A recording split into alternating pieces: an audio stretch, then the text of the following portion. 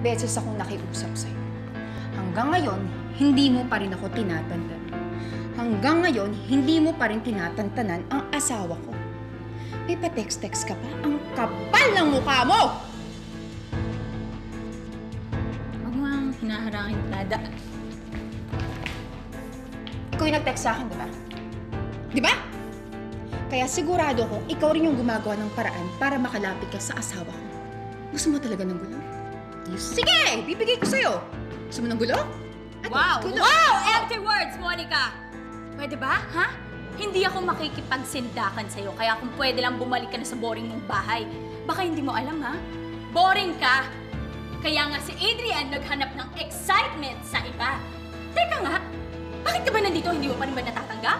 Ha? Na naging akin si Adrian, ha? Akin siya! Akin si Adrian! Akin siya! Akin siya! Akin siya! Wala sa'yo, Nicole! Akin lang ang asawa ko!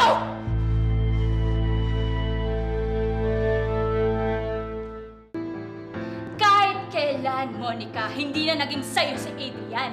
Alam natin yan na naging akin din siya. Kahit pa ikot-ikuti mo ang mundo, naging akin siya. Ikaw na nga lang yung naniniwala dyan sa sinasabi mo eh. Ha? Matter of fact, kung nagawa kang lokohin ng asawa mo, baka nga hindi lang siya naging sayo talaga. Mahal ka? Eh bakit ka niloko? May pamilya kayo? Bakit ka niloko? Sayo siya? Bakit siya pumupunta sa akin? Ilusyonada ka! Ilusyonada ka! Ikaw ang ilusyonada, ha? Ikaw ang ilusyonada! Pinipili ka lang ngayon ni Adrian dahil yun ang tama. Ako!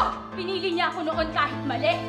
Ang dami niyang pinaglaman at tinulkurang para lang makasama ko. Kaya mas mahal ako ni Adrian kesa sa'yo.